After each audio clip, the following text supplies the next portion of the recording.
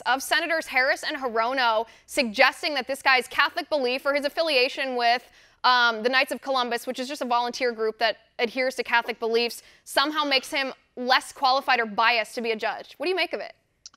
So I'm 100%, of course, against religious bigotry, which is one of the reasons why I've called out the Trump administration for their many examples of religious bigotry. I think that in their questioning what they were trying to get at, they went about it the wrong way. I think what they were trying to do was to say, are you going to be fair and impartial and not allow your beliefs to make you completely biased? Because we know that if you are going to be a judge in our system, your job is to interpret the law to the best of your ability, right, not to let your personal biases come in and affect that. And so I think that's what, they were getting at in the questioning.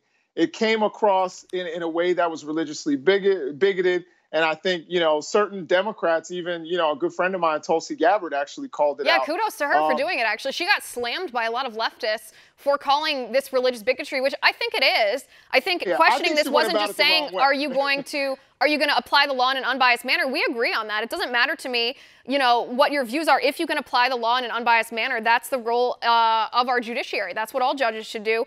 Article 6, Clause 3 of our Constitution reads, no religious test shall ever be required as a qualification to any office or public trust under the United States.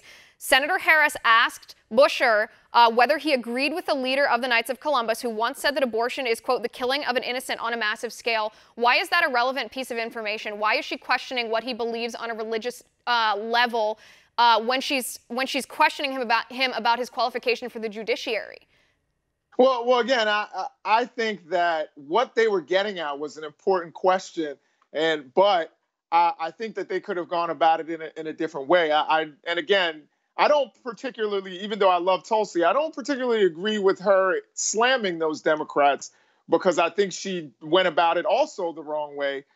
Instead of saying, look, you guys need to clarify. And I think the way that Hirono and Harris went about it was wrong. But what the fundamental question that they were asking was an important one, is, are you going to allow your personal biases to get in the way of They never said that. That wasn't their question, though. I mean, we do have to take them at their word, to be fair. We can't read their minds. This was Hirono's quote, if confirmed, do you intend to end your membership with this organization to avoid any appearance of bias? And Harris's question I just read before, asking if Busher agreed with the leader of the Knights who once said abortion is the killing of an innocent on a massive scale.